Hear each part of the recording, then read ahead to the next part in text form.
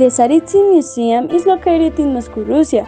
It's composed of a set of palaces, bridges, ponds, pavilions, and gardens that give it a natural and unique pseudo-Gothic appearance in the country. This magnificent construction that develops during great historical moments of the country that make it Russian heritage.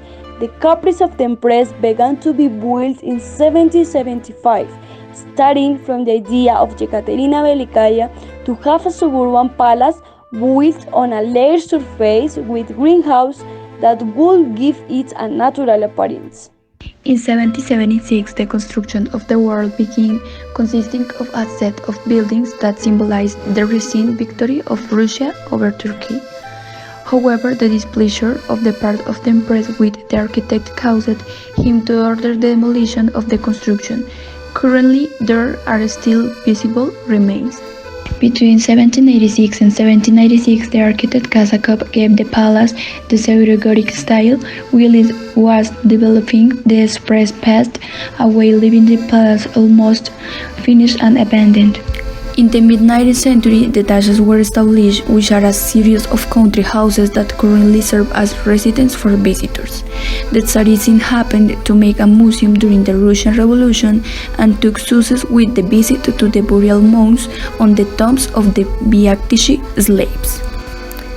In 1987 to 1985, the restoration of some ancient monuments culminated, and sometime later, between 2005 and 2007, the Great Palace and other old buildings were rebuilt. Currently, in the main room of the Great Palace is honoring Catherine the Great.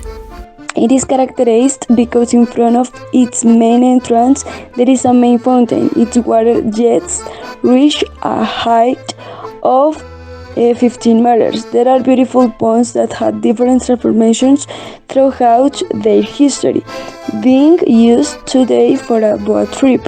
There is a bridge, called the Great Bridge over the ravine. It is 87 meters long, and there are arches that resemble Gothic cathedrals. There is a great palace that is considered the authentic jewel of the park and its famous relationship with Russian history. Within the museum, there are collections of sculpture, painting, porcelain, clothing, and other manual arts. In the House of Bread, there is a place for the kitchens. There are historical exhibitions that are connected to the Great Palace by an underground tunnel. There is a glass pavilion through which you enter the visit of the Great Palace of the House of Bread. There are 3 Calvary weddings. The first one was of those that stopped for the death of Yekaterina Velikaya.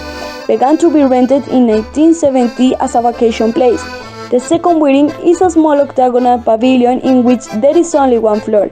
And the third wedding, Calvary, came to be used as a restaurant and hotel, and later as a country house. It currently contains an exhibition on the dachas. There are other weddings that spread an atmosphere of beauty and romance, as well as the 3 grotesque bridges and the Mermaid's Gate.